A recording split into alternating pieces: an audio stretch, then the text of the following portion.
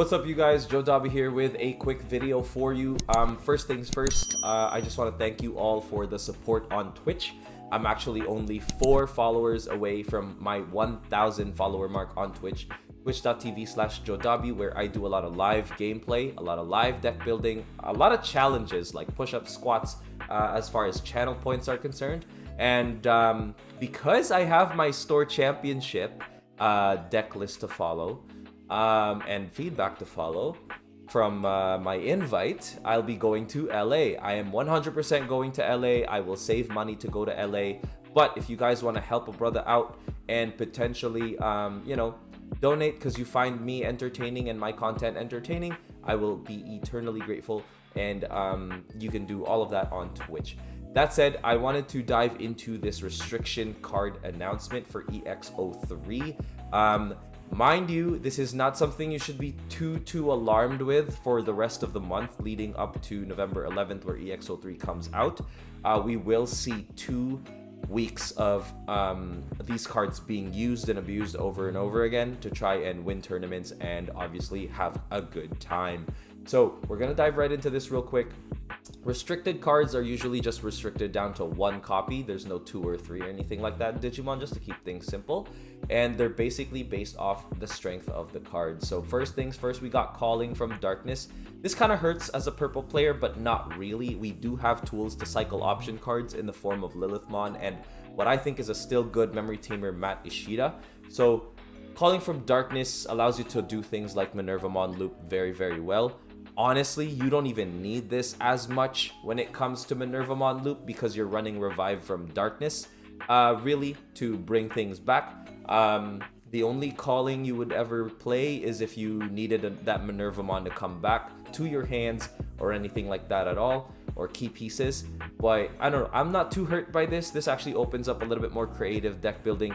From 2 Calling going down to 1, you have that 1 flex spot now. So if you haven't played Ultimate Sacrifice or Dead or Alive previously, this could be the slot for it. Back for Revenge could be the slot for it. Even Ogremon could be the slot for it. Just the one that deletes a level 4 so you can pop Floodgates and go into a level 5 immediately. So just one of those things to consider. I don't feel too bad about it. I think it's just gonna require a little bit more innovation. Next, we've got Sunrise Buster. So yellow-red Secon, gonna take a hit with this. That said, if you're running yellow, purple, and red, you only really have red eggs. So Sunrise Buster doesn't... there are other better options to play if you're still running Secon by EX3.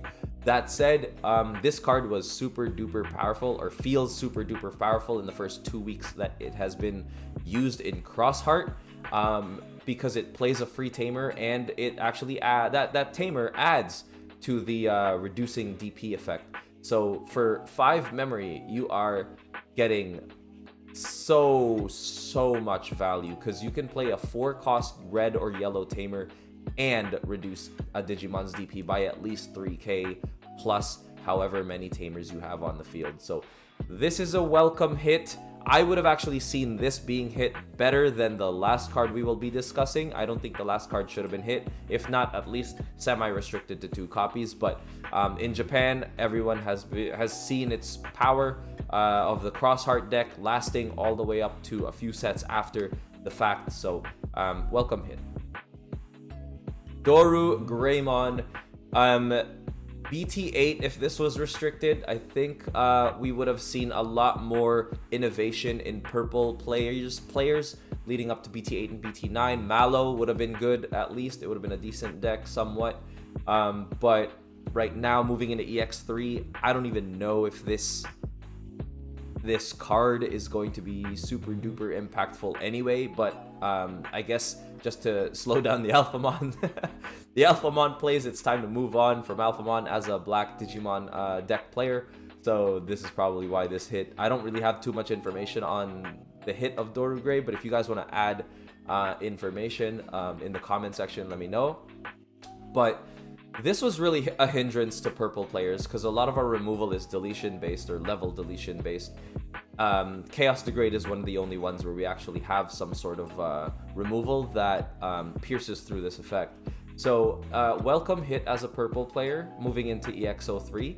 That said, for BT9, everyone's just for BT10, like this current meta, people will be using and abusing this along with Crossheart and Minervamon and all the BT9 decks that we have had. So the meta is still up in the air right now. So the last card is actually Shoutmon X4. The end of attack effect is ridiculous. After it swings or potentially pierces, it deletes itself, placing all sources underneath a tamer, and then you can trigger Taiki to replay that and go into Shoutmon again, which is kind of ridiculous. It made it virtually untouchable once you had all the cards you needed in your hand, and the draw 2 just facilitates that successful win condition and its consistency.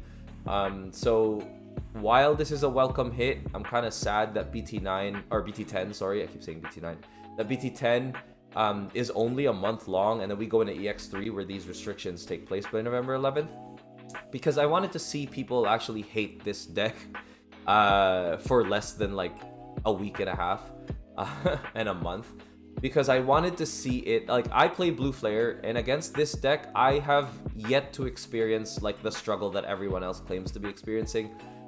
This was my game 1 matchup in my store championship that I won with Blue Flare. Deck list and edits to follow and feedback, but yeah, I don't know, I just wanted to see it really like shine to the point of like when Alphamon was just super great, you know. Like, I wanted to see it as strong as a BT9 deck in terms of meta prevalence, in terms of big competition prevalence, and I guess we still have a month to see that leading up to EX03. But I guess Bandai has decided to restrict this to 1 now to prevent any repercussions or negative feedback that they will receive in NA for this deck, in the same way that Japan has expressed their or the Japan meta has expressed their malcontent with with Crossheart's prevalence 2 to 3 sets after the fact of its release. So welcome restriction. I'm gonna go briefly talk about like the meta for BT10. We have like 2 weeks left until the release of the Dragons EX03. One of the things I want to say with regards to that is we're still going to be seeing Crossheart, Blue Flare, Minervamon Loop, Dark Knightmon. These decks are still going to be played competitively for the next month. So if you have, or for the next 2-3 weeks. So if you have any big tournaments coming up, consider Crossheart as part of your planning if you don't play the deck yourself. But because of these restrictions, some people might just drop these decks entirely, maybe, you know, flip them for cheap or whatever, and then just go back to their BT9 decks. I know some people haven't even left BT9 just because Black War Greymon is there. If you're a Black War Greymon player in BT9, this is kind of like your time to shine, so to speak. Same thing goes for Metal Garurumon because you just rush.